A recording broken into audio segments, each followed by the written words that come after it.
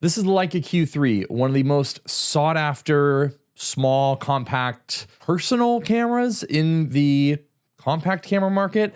It honestly feels weird to call this a compact camera because it is a little bit bigger. All that being said, there are a ton of reasons why this thing is incredibly popular. So let's check it out. Let's compare it to some of the other cameras that I own and use, and I'll give you my thoughts about this thing.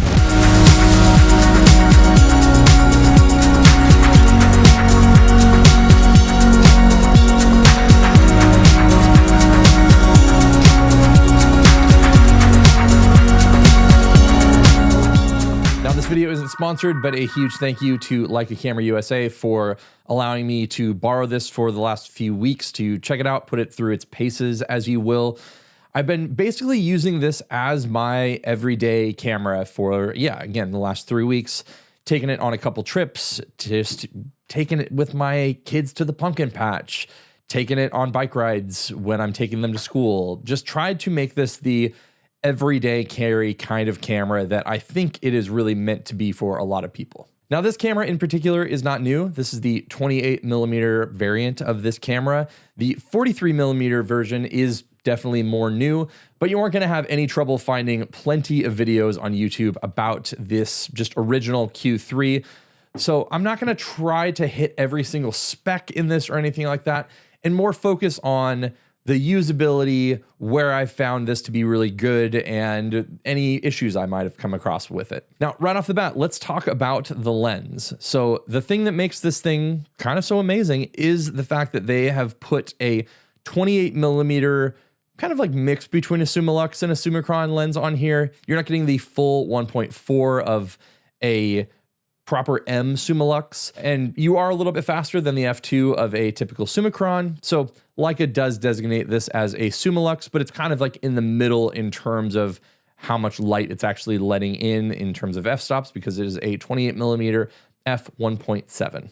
And as far as sharpness goes, I found this thing to be absolutely fantastic. Zero issues, plenty of sharpness, and we'll get into it in terms of the resolution a little bit later.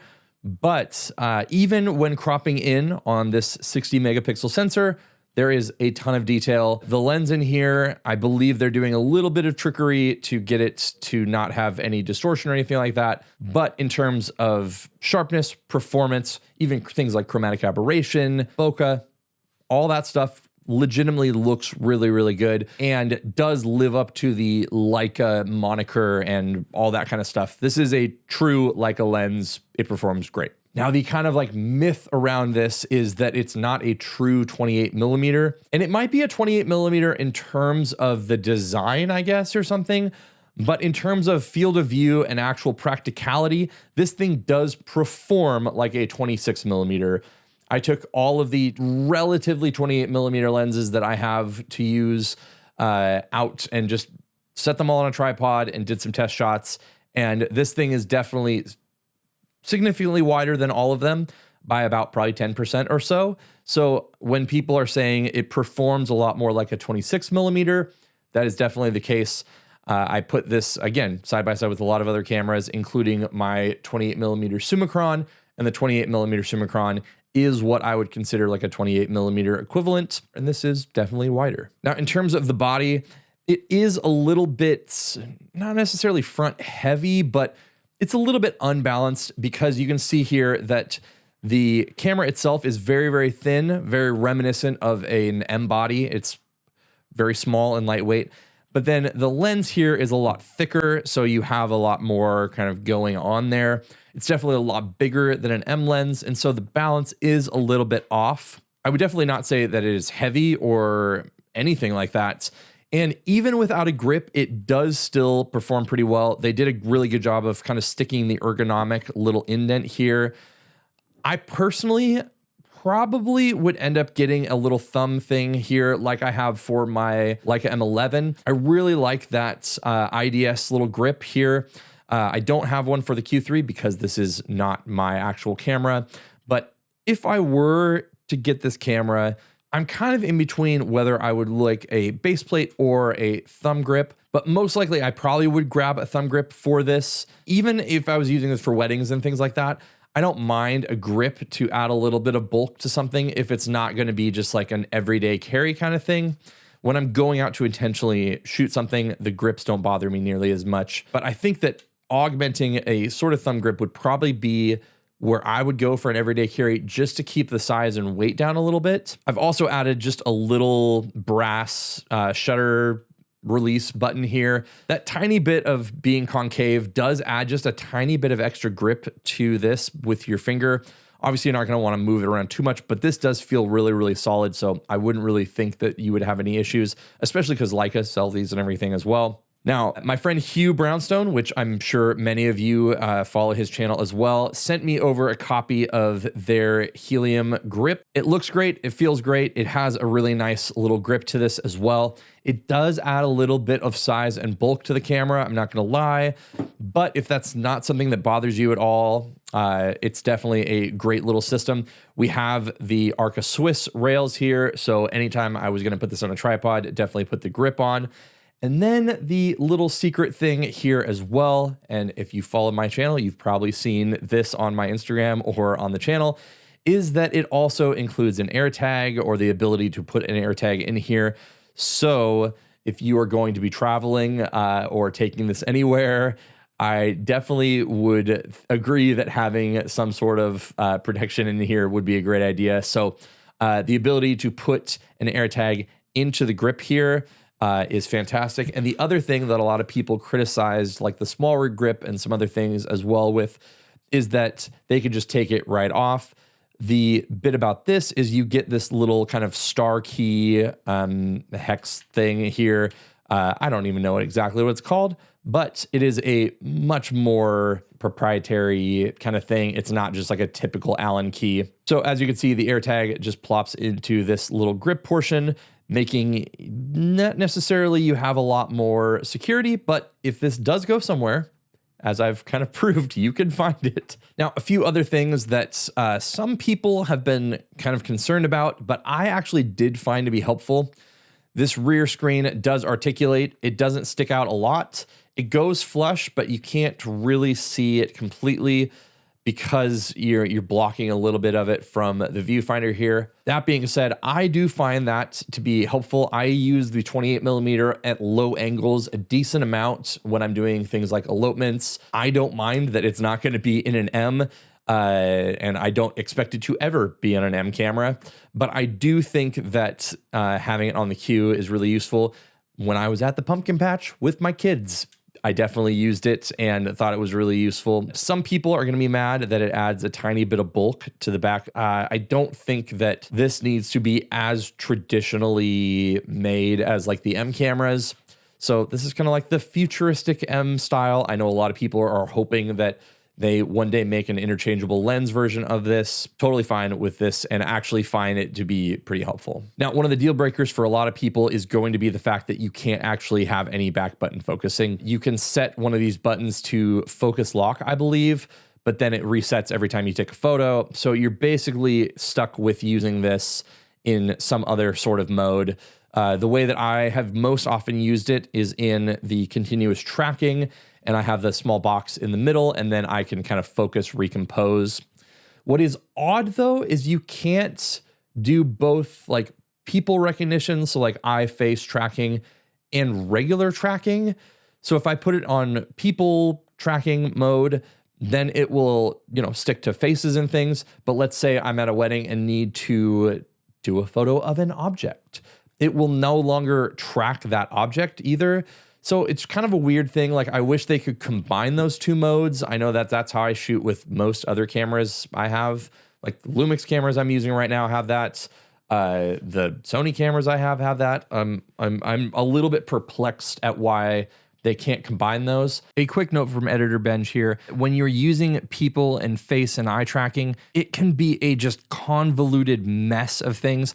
I completely forgot because I had turned off that thing to actually record it, but my friend Jason Vinson had posted this little clip on Threads, so I asked him if I could use it to show just how wild and convoluted this setup is if you're using face and eye tracking. Another reason why that just was not an option for me. If you're doing like photos of one person, sure, but this is just way too chaotic. So using the regular tracking is what I would recommend at least. So because of that, I've actually been using mostly just the tracking modes because it ends up being the most beneficial to do all around. So I'll self put the box on a face and then move it around as I need to recompose. And most of the time it works pretty well.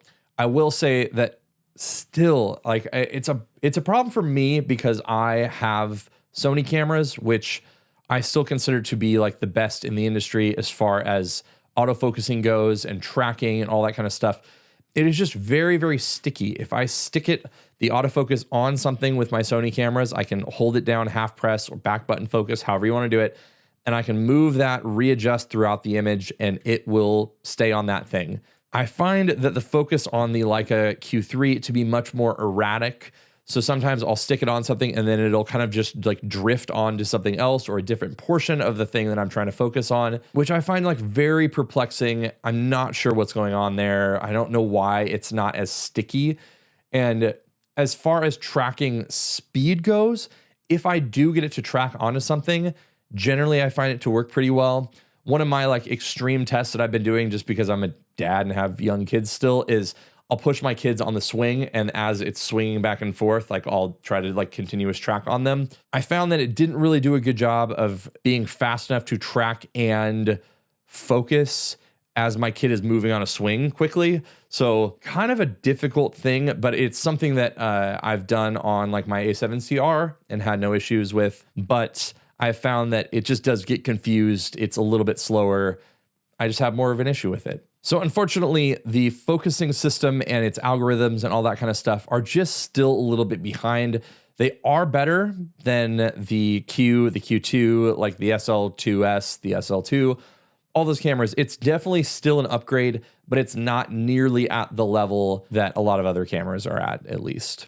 All that to say, would I be comfortable using this in a wedding environment?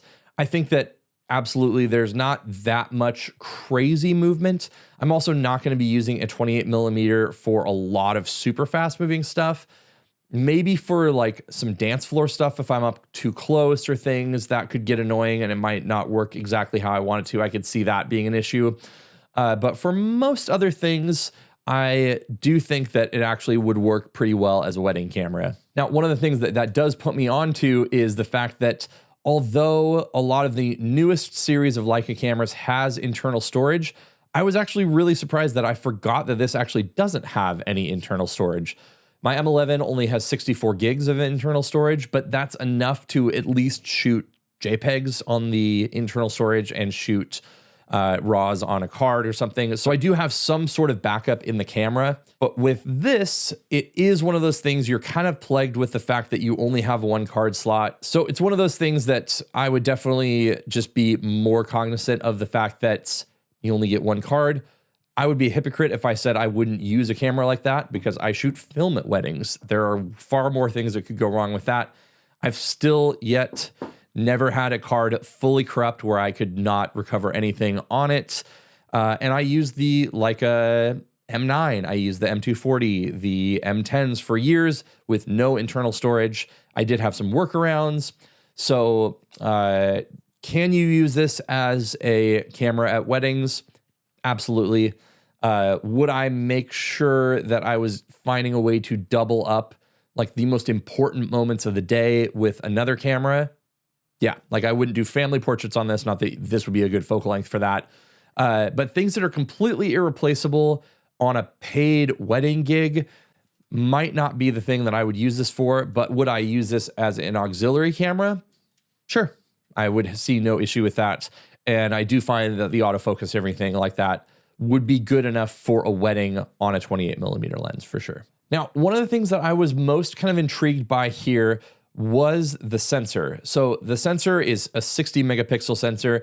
It gives you a triple resolution thing where you can get a 36 megapixel file or an 18 megapixel file instead if you don't want to shoot the full thing. Now, in terms of dynamic range, I've heard reports that it has less dynamic range than even the M11, less than the A7CR, less than the A7R5, which all share a 60 megapixel sensor that seems to be generally the same sensor. I wanted to kind of check out how this camera performed just as a personal camera. And the way I use that is usually in just like auto ISO, auto exposure. I'm basically deciding what aperture I'm using. So I'm using like a variable version of aperture priority. And there's a lot of stuff I did really like about this setup. I ended up using the crop modes a decent amount and found that I really did like the resolution here. And even cropping to the 50mm focal length on this Q3 definitely gave you enough information and everything that I feel like for a lot of just like kind of documentary setups for travel stuff, it's a viable option for sure. I wouldn't be using this to shoot portraits necessarily. You could in a pinch, obviously, but I wouldn't necessarily want that. I would want a dedicated tool for a more portrait focal length.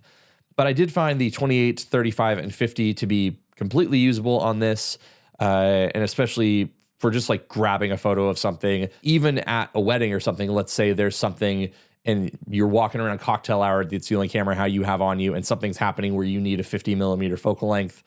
Sure, you could deliver that. There's enough resolution and the lens resolves well enough that you could use that in a pinch for sure. That being said, I did find the dynamic range to be lacking for sure.